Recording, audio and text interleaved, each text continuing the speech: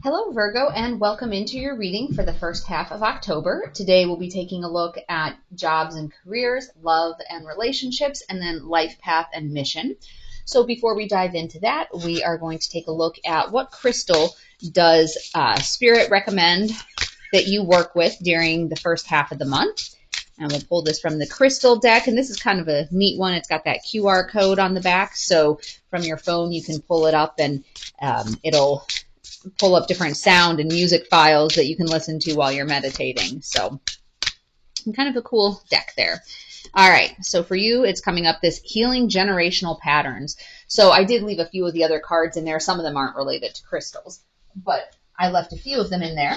And so this healing generational patterns, this is about what is going on in your life that is maybe related to things that have happened, like either past life trauma or things that are kind of embedded in your DNA. So we'll take a look at that.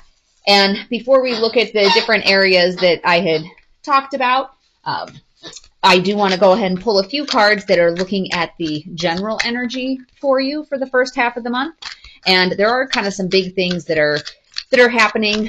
Our retrogrades are going to be pretty stable on the 11th, though Pluto is going to go direct. So we'll have one less planet in retrograde. We will still have Saturn, Neptune, Chiron, Uranus, and Jupiter in retrograde, but Pluto will be going direct. So there will be some of your transformations you'll feel like are kind of picking back up again, since Pluto's the destroyer, so it helps kind of destroy the things that need to be going.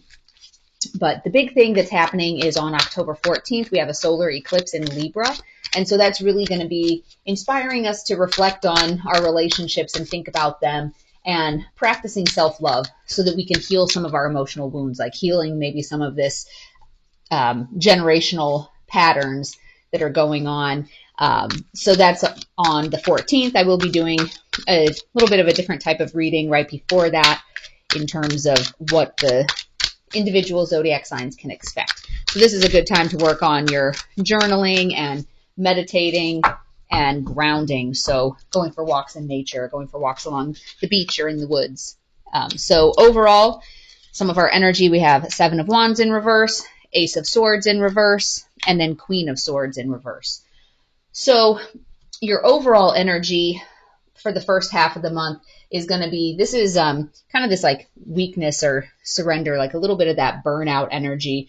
So it could be one of those things you've been working so hard and you just kind of feel like you're just exhausted. And some of the times it's interesting, there's an element of physical exhaustion, and most people are kind of familiar with that, if you've been working outside all day, you're tired. But if you've been working on healing and some of that inner work and that soul work, that is exhausting. So if you're feeling that sense of exhaustion, it could be that you've been working on some of that inner work. We also have Ace of Swords in reverse, and that one is kind of this confusion and loss of focus, maybe this feeling of chaos going on. And then with our Queen of Swords in reverse, and this is an Amazon person. So the Queen of Swords in reverse, that energy is kind of this criticism and like cruelty, like a bitter, blunt type of energy. And it's interesting. So Queen of Swords in reverse has been coming up an awful lot in these readings as I've been doing them. So apparently there's some sort of energetic push out there right now. And there's a lot of that sense of criticism and I'll call it kind of that agitated, feisty type of energy. And I would say it's probably because of all of this really heavy retrograde energy that's happening right now. We came off of Mercury being in retrograde, and I know there's a shadow period that kind of lingers for a little bit after that.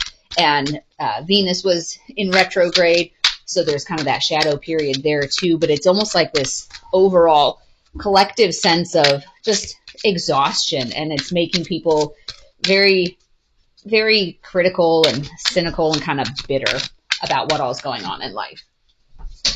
So let's take a look at what is happening jobs, careers wise for you. All right, so jobs and careers. In the recent past, we have death in reverse, currently sitting in Ace of Wands energy. And then the next level of energy is our Nine of Wands. So in the recent past, from a job perspective, you've kind of had this resistance to change. And there's been like a lack of movement. You kind of feel like it's this stalemate, like there's something inevitably that's coming, but you don't really want to deal with it. And now you're sitting in this excited, like new beginning type of energy. So you may have been resisting it for a while, but now something new is coming along and it's actually, getting you a little bit more excited about that. And there's some creativity that's going to come with this new beginning. And then the next level of energy is your Nine of Wands, which that's kind of this persistence or resilience. It has an air of like making a stand, but with this being like this creative new type of energy, and it could be that even though maybe you've been resisting change, and so maybe the change still hasn't happened, but there's something new kind of coming in that you're getting excited about, so you have to make a stand to let the old part die off.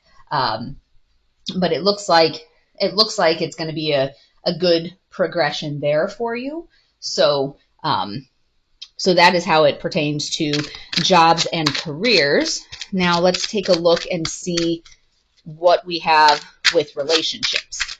Oh, and a couple other things that are happening in the first half of the month. On the 8th, we have Venus entering Virgo. So that's kind of going to be about like paying close attention to the people that you care about and taking things a bit more seriously and looking at some of those details.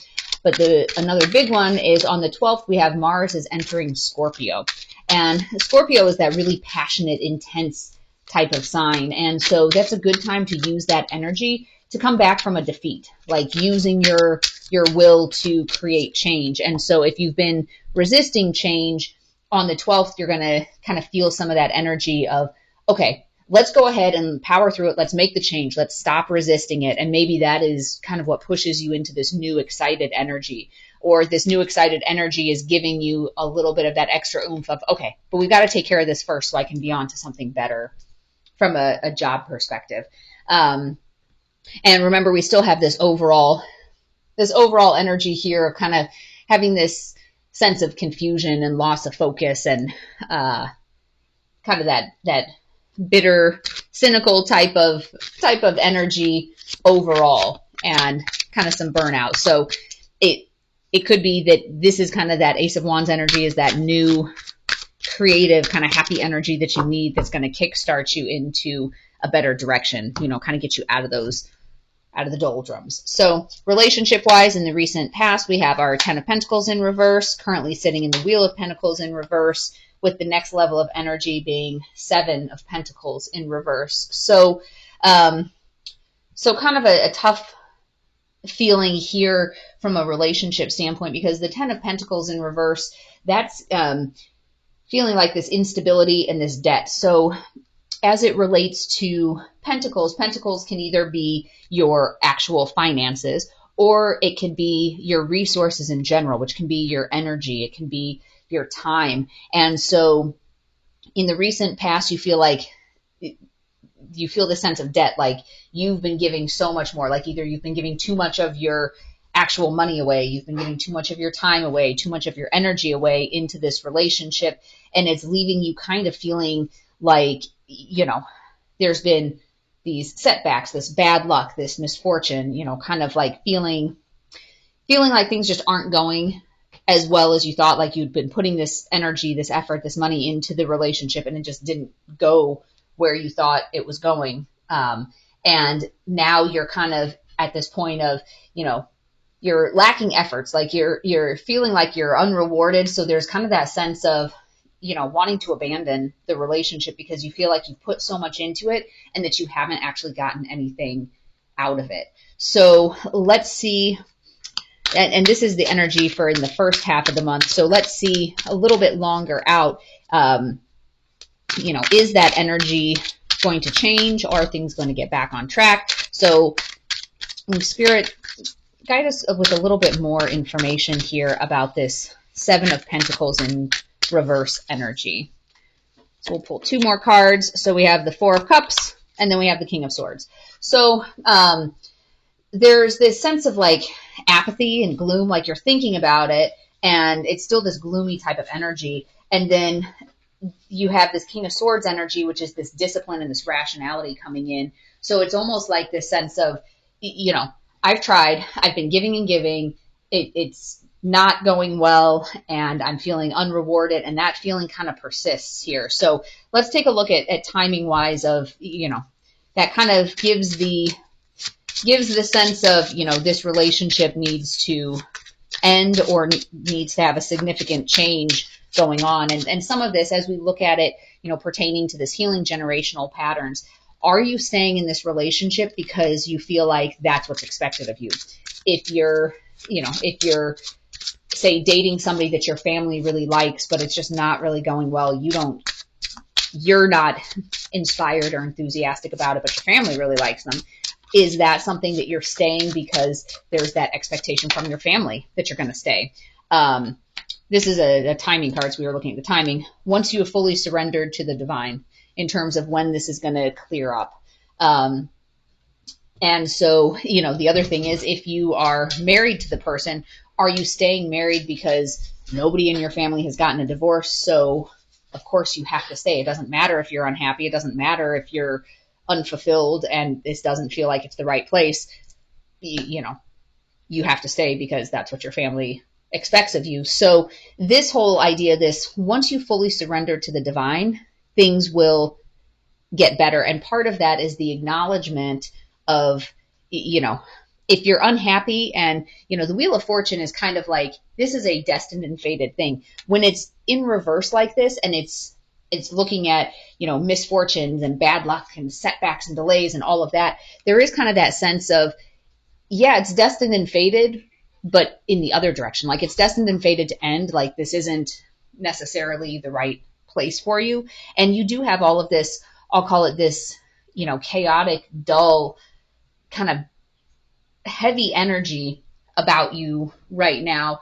And I think a lot of it is probably tied into this line right here, and this push that you need to work on healing these generational patterns. And it's going to take action, and it's going to take stamina. So healing those patterns isn't about, well, if I just sit here and do nothing long enough, it's going to resolve itself.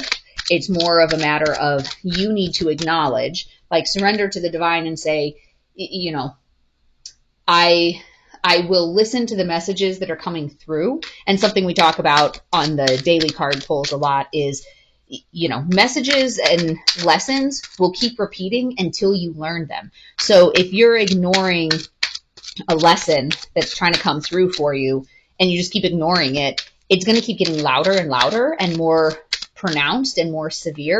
So you're really not doing yourself any favors by pretending that you don't see that message or that you don't hear that message. It's just going to make it bigger and more dramatic. I mean, think about it even from a, you know, from the perspective of, say your roof is leaking, like you notice a tiny little spot on the ceiling. Well, if you ignore it and, oh, I'm sure it's fine, I'm just going to ignore it, and then the spot gets bigger. Well, then it starts dripping. Well, then, you know, you start seeing a trickle come in, you know, like it's just going to keep getting bigger and bigger until you address it and get your roof fixed or replaced. So pretending that there's not a problem doesn't make there not be a problem. So once you surrender to the fact that, you know, it could be that the purpose of this relationship, this experience, is for you to learn a lesson, it can really help you. Like, if you're able to shift that mindset, you know, and now we're on to our life path and mission down here. If you're able to shift that mindset into a mindset of, okay, there is a lesson in all of this struggle. What is that lesson? How can I learn it? How can I move past it? It makes it a little bit easier. Almost like if you're watching a classroom experience unfolding where you can pinpoint and say, oh, this is what's supposed to be being learned here, as opposed to saying, this is happening to me. How do I want to handle it? Try to pull yourself out like you're watching a play and you're watching this happening to the characters, where you can say, oh, well, this is what the person's supposed to be learning. This is what they're supposed to be doing. And, you know, cheer on that main character of, yes, you have the strength. You can do this. So on our life path and mission, in the recent past, we have the High Priestess, currently sitting in the Page of Swords energy with King of Wands energy as the next one. So in the recent past, you've been having this divine feminine sense, this higher consciousness and inner wisdom. So you're kind of keying into maybe what some of your life mission and your life path and purpose would be. And that's putting you in this kind of planning and curious, a little bit like there's patience associated with this Page of Swords energy, but kind of planning and curious about, okay, well, if I'm acknowledging that this is what my life's path is, how do I go about implementing that or executing that? And then the next level here is this, like, meeting the challenges, and it's kind of that leadership role. So if part of this with healing your generational patterns is to break out of imbalanced relationships, because this is really what this is cluing into, is it's an imbalanced relationship. If this is 10 of Pentacles in reverse, where it's this domestic instability and sense of debt, whether it's financial, energetic, emotional debt, if you're feeling that within a relationship, it means that it is imbalanced. And all relationships are energy exchanges. So for whatever energy you put in, there needs to be some amount of energy, maybe not the exact same form as what you're putting in, but there has to be something you're getting out. Otherwise, it's just an imbalanced relationship. And so, maybe that's something that you've seen if you're a woman and you've seen it, that your mother always was quiet and letting her husband do whatever, and, calling all the shots, and she didn't really have a voice. And maybe your grandmother was the same. It could be that your generational pattern that you're breaking out of is saying, no, I'm not going to be silent. I'm not going to say my needs are unimportant. I'm going to stand up for myself and do what I need to do to live a fulfilling, happy life. So with this, in terms of starting to have that understanding, that inner wisdom, and that higher consciousness about what is your path, and that you're starting to kind of plan for it and figure out, well, what does that really look like? I can acknowledge what I think it is, but what does that actually look like for real? How would that play out in my day to day? And then being that strong, almost moving more into some of that, like meeting the challenges, leadership, a little bit of that stronger energy, and having that action, having that stamina to move your life in the direction that you were wanting it to go. So that's kind of the overall reading here. And then let's take a look at some of our oracle cards and see what additional messages or context comes in for us there. So we have Yin and Yang was the jumper card, and then this one jumped 2, which is Tree of Life. So since we had 2 jumpers, we'll just use those. And this is creating harmony through balance. And here we have fertility, creativity, destiny, and magical blessings with this Tree of Life card. So with that, like, you are on the right path. You are seeing what it is that you're being called to do. And now it's a matter of figuring out, okay, how do I get there? How do I plan for that? How do I make some strides towards that? And there is kind of that element too of how do you plan for that? How do you create balance? And you do want to have some of that up here too, because it looks like, you've been avoiding changes at work, but you have this energy, this new enthusiasm that's coming in, and you are making a stand for, here's the career I want, here's the relationship I want. So kind of piece by piece looking at molding your life in the direction you want it to go. All right. And your light worker card is Warrior Woman. Have you answered your deepest calling?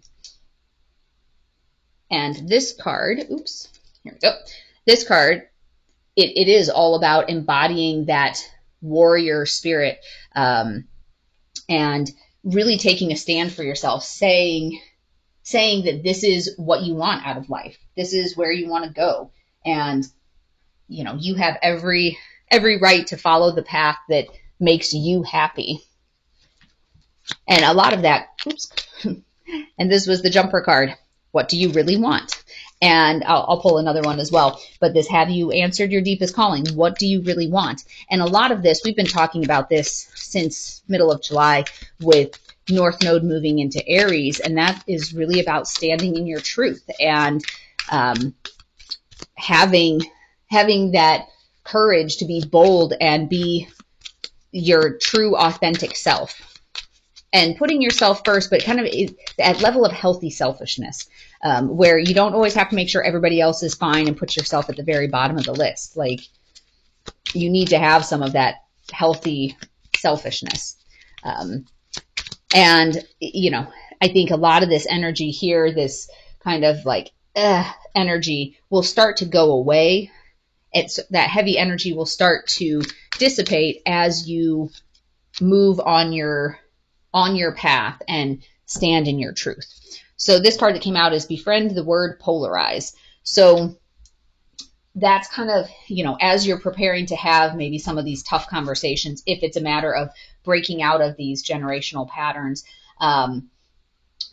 it's going to be polarizing, because there's going to be some people within the family probably that are sitting there cheering you on, like, yes, I'm so glad you did that. You're helping the rest of us, you know, be able to move into our authentic self. But then you're going to have some people that are probably going to be upset, like that you're bucking tradition or whatnot. And when it's saying befriend the word polarize, it's a matter of saying, okay, if there's people sitting on either side, I'm just being me. I'm me in the middle. I don't have to be on one side or the other, because it's just me being me. I want to be true to myself. And, you know, if it creates other discussions with people where there's kind of this polarizing effect, it is what it is. And that's kind of going along with this yin yang, creating harmony and balance. So, you know, and we look at the color palettes a lot, and those go together. So it's okay to have the differing opinions. It's okay to have, you know, in this case, like